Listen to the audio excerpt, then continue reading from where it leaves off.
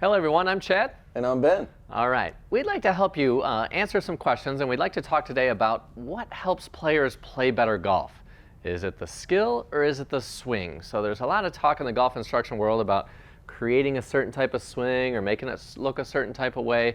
So we'd like to share some ideas with you that may give you some different insight into what it takes for you to play better golf. What are your thoughts, man? So, check this guy out. So, what if we had told you that this gentleman can break 80 for 18 holes? Would you copy that swing? Chances are probably not. So one of the things that we're going to uncover today is we're going to talk a lot about how we like to develop skills rather than talk about technique. We believe it's not fair for us to compare you to tour players or LPGA Tour players, Symetra Tour players, Korn Ferry players. So what we're going to talk about today is how to develop skills rather than swings, and we're basically going to uncover some myths that are out there in the golf instruction world. Very good. So, golf is a game of skills. That's the number one truth that we need you to understand. It's not about the swing and making a perfect swing. It's about gathering the skills. And golf is played by you, the player. So it's very, very important that you, the player, develop the skills that'll serve you, your body type, your preferences, your lifestyle, your schedule, all the things that go into the recipe. So having said that, as we walk through this, we just want to keep in mind, golf's a game of skills, and it's all about you, the person, not just the swing. So if you look at these two gentlemen here, so we have Furyk and Rickie Fowler. So the neat thing about these two gentlemen is they're both making millions of dollars playing the game of golf. But if you take a look at those two golf swings and how much different they look, well, which one is right and which one is wrong? We would say neither. So like I said, both make millions playing golf. If you notice, one has really high arms at the top of the swing, one has really low arms at the top of the swing. So some of the things that you're going to have to uncover with your own golf game are which works best for you. So we talk a lot about the experimentation phase in our training. So this would be a classic experiment that you could actually run to help yourself at home. Would that be true, Chad? Yeah, you'd be surprised at what you can uncover when you start doing different things. So having said that, a lot of the times our students come to us and they will ask us, well, what's the right way? And the truth is, we've said it before, we'll say it a million times again, is we don't know because of examples like this. So millions of dollars in the bank, they can score low all over the world, yet their swings are radically different. So to us, it's more about the player than it is the swing.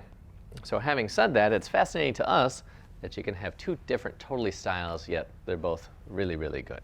Yeah. So a fun experiment for all of you at home is if you're wondering what maybe your arms should be like at the top of the swing, here's a simple experiment you can run. Go ahead and hit a couple shots. You have really high arms at the top of the swing, then go really low at the top of the swing, and then maybe somewhere in between, and just see what happens.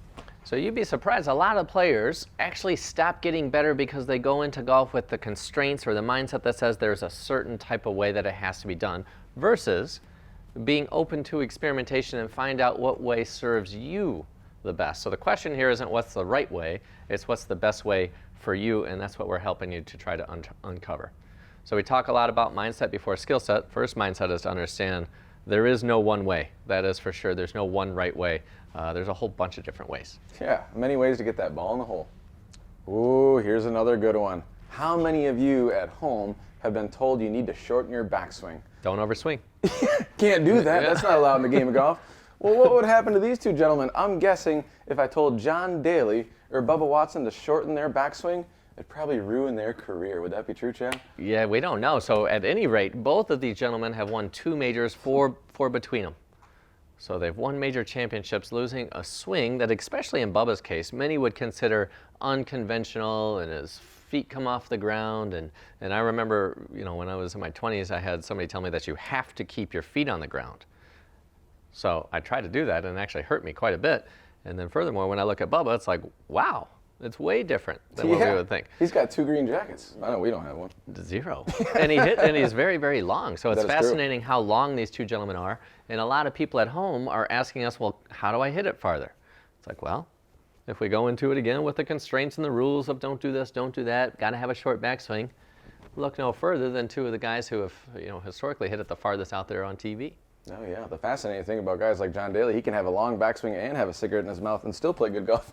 And show up half drunk sometimes. Yeah, it's quite fascinating. Yeah. So back to the experimentation phase, this would be a cool experiment to run. See what happens to the ball if you have a short backswing. See what happens if you have a really long backswing, and then see what happens somewhere in between, you'd be surprised that one of those ways or somewhere in between is going to be most helpful for you. Again, back to your body type, your preferences, all the stuff, maybe injury before. Some people will be able to swing farther, and some people will not. Either way, it's very, very personal to you, and the golf ball as a teacher is going to let you know which way serves you the best. And again, the mindset of there's one way. It's dangerous, isn't it? It is dangerous. Yeah, we don't want to go down that path. Yeah, totally. Once again, these are two guys that have radically different swings. And the interesting thing is the President's Cup is on TV right now, and these two gentlemen are paired together. Are they really? So, yeah, Today? Matt Kuchar and Dustin Johnson are currently playing in the President's Cup together. And you look at how radically different these two swing styles are. So once again, you have one that has really low arms, one that has really high arms. And then the other thing that I'm noticing looking at that image, you have one guy, his wrist looks like this at the top of his swing, and then Matt Kuchar's is relatively, his arms are low and his wrist is flat. So that leads us to another experiment that you can run at home, that being wrist conditions at the top of the swing. Definitely helps control the club face. Is that true? Oh, absolutely. Very good. So a lot of the times people come to us like, my swing's too flat. Well, what is Maybe not. Yeah, what is too flat? Because Kuchar seems to make it work for him. And then I've also heard before is you can't play with a shut club face. And I see Dustin Johnson's club face pointing right up to the sky, and in golf instruction jargon, that would be a shut club face. So he seems to make it. Can't do it, man. So it's fascinating to us how when people go down that pathway of the way the swing needs to be in their mind, it really, really shuts down a whole bunch of possibilities that's going to help you play better. So it's fascinating to us how different players can do it differently and still make it work. Here's another classic example of, you look at the arms at the top of the swing. So Jack Nicklaus has won more majors than anybody in the history of the game, and guess what? Closely behind him is this guy named Arnold Palmer. So both played in the same era, both some of the best golfers we've ever seen in the history of the game, and once again, you can see how different these two swings look. Yeah, so it's fascinating that these guys were buddies. They played a lot of golf together, but yet they did it differently. So one thing Arnold Palmer said that the best lesson he ever got was from his dad. His dad taught him that he had to find a method that would make him, or basically master his method, pardon me. Arnie's dad said, master your method. He said, compared to finding a method that would make him a master. So Arnie got good doing it his way. Jack got great doing it his way, and they do it differently again. When I look at this picture, I've also heard that you can't cross the line at the top. Gotta keep it on plane. And I'm thinking, Jack, the best player in the history of the game, maybe Tiger, has crossed the line. So it's fascinating to us how all the rules can be quickly dispelled. All the myths can quickly be dispelled if you just start looking around and seeing what players do. I think even Tiger Woods, earlier in his career, he was crossed the line as well. And he decided to make that change. Well, the interesting part was, even when Tiger was crossed the line, nobody could touch the guy. He was still amazing. Yeah, so absolutely. In 1997, he set the Masters scoring record, and I remember it was a little across the line, which can't do that. Yeah, can't do that. Yep. So he won by however many, 12 or something. A lot. Yeah, a lot.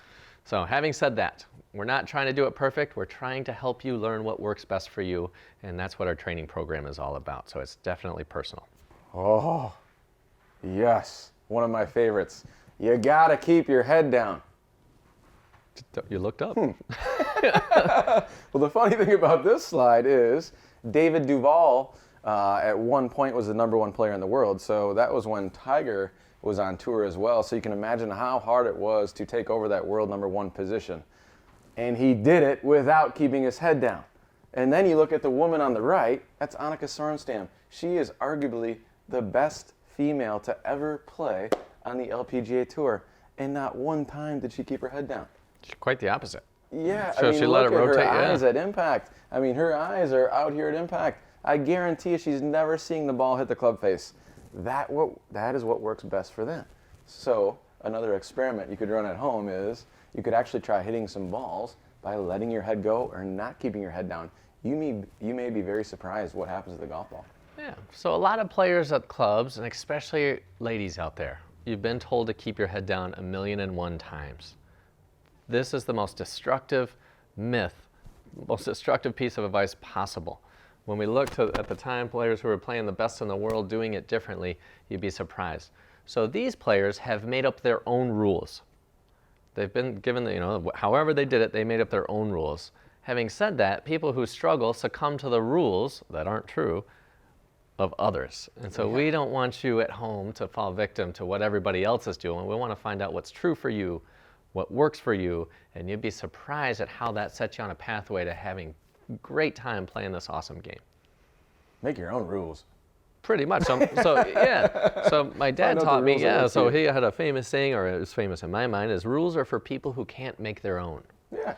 So I always thought I knew what he meant by that, is you really had to construct your own way, because if you didn't, you were going to become a part of somebody else's plan, and what if their plan's no good, So per Mr. Elledge, go make your own rules. Yeah, so that's what our app is about. So find out what works for you, and let everybody else kind of follow the keep your head down plan, because these two did not.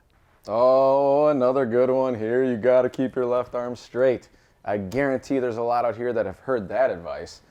So look at this guy, Jordan Spieth. He's not too bad either. He's won a couple majors, and he doesn't keep his left arm straight. So what if you didn't keep your left arm straight?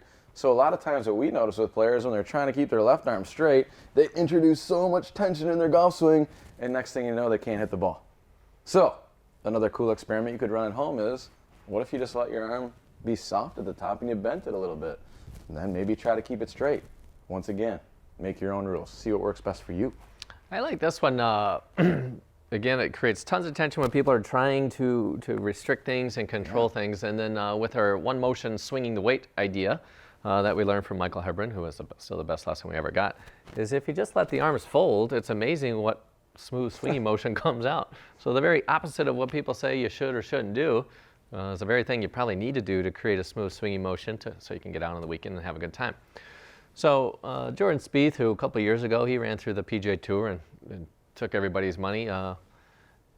Both his arms look crooked. So not only one, but both of them. So on one side and his right hand or his left arm on the other side. So it's fascinating to us. Our criteria for what's acceptable, if somebody in the world is making $1 million or more and they're making it work, to us it's fair game. Yeah, you can make it work too. Yeah, so if they can do it, you can do it. So we're trying to shoot, under 90 and enjoy the weekend. They're trying to win majors, so you do not have to be perfect at any of this. You just have to create some space to understand there is not one swing that's right. There's just what works for you, and that is what we are desperately trying to help you figure out. The other interesting thing about this slide, Chad, is if you just look at how his arms are moving through the ball. So some other advice that I always hear is, you got to really roll the wrists over. Well, I mean, once again, you look at this, it looks to me he's not rolling his wrists over, but some players do. So once again, there's another cool experiment you can run at home.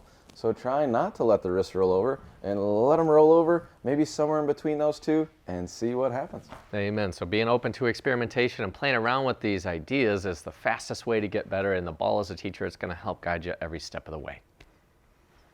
Here's another fun one. Your backswing's too short. You're not turning enough. You got to get that backswing so it's parallel with the ground. Yeah. Once again, you look at these two gentlemen. So Jon Rahm actually just got the European Tour Player of the Year. He's got a pretty short backswing. And once again, if you look at what his wrist looks like, it's kind of a little bit like Dustin Johnson. So Dustin Johnson has a longer backswing with a wrist that's bent. And then you got this guy, Jon Rahm. He has a wrist that looks like that, but his swing is short. So once again, there is no wrong, there is no right. There's just a way that's going to work for the player. Pretty much. So back to the same idea, it keeps coming up over and over and over again. There's no one perfect recipe. If there was, we'd move down to West Palm Beach and sell it for $1 million and then play golf for the rest of the week. That'd be cool. Wouldn't it? Now, having said that, these players have found their way. So different wrist conditions, different arm swing lengths, different swing heights, different levels of rotation. Some have straight arm, some have bent arm. Some look like they're looking at the ball. Annika and Duval did not. Tons of different ways, and that's exactly how the app, the OptiShot Academy app, is designed, is for you to prioritize and clarify what skills are you trying to develop, and then give you options so you can make choices that work for you. We've found that everybody acts in their own best interest, so you will know what works for you. It will be very obvious to you. It's kind of like going to a wine tasting. You know what you like, you know what you don't like. Or music. Yeah, you know what music you like, and you know what music you don't like. So there's nobody in the world that can tell you what the best music in the world is. It just doesn't make sense. Yes, sir. Take some advice from Happy Gilmore. Yeah, I love that guy. Just get the ball in the hole. So however you decide to get the ball in the hole, there's going to be a way that works best for you. So don't try to be perfect. Don't try to get it right. Don't worry about being wrong. Just pick the methods that work the best for you, that allow that golf ball to get in the hole the fastest. That's right. So we talk to our kids and we say, what's the object of the game of golf? And our kids, because we want to have fun with them, they'll say, it's to have fun. You're like, you're right.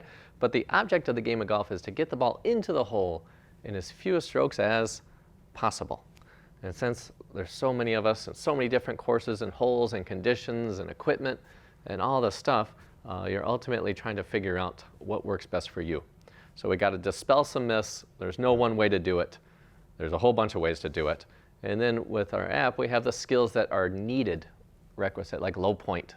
Yeah, center face contact. Center face contact. Got to reasonably control the direction of the ball, right? Controlling the speed with the putter. So there are some non-negotiable skills that need to be developed, and then there's a tons of different ways to execute that. Yeah, so how you get there is going to be up to you, and a couple things that we want to remind you of as you're playing around with some of these experiments that maybe the best players in the world have run. Just make sure that you're doing one at a time. So if you're trying to combine all these experiments at one time, could get ugly quick. So just a friendly reminder, one experiment at a time. Very good. So at home, have fun with this. We hope this video helps you get some background into why we have the philosophy or approach that we do. So remember, it is skills, not just swing. So skills pay the bills. That's right. Yeah. So thank you for watching. Ben, thanks for putting this slideshow together. Nice sweater, man. Yeah, you look good, man. Thanks. We'll see you next time. Thank you.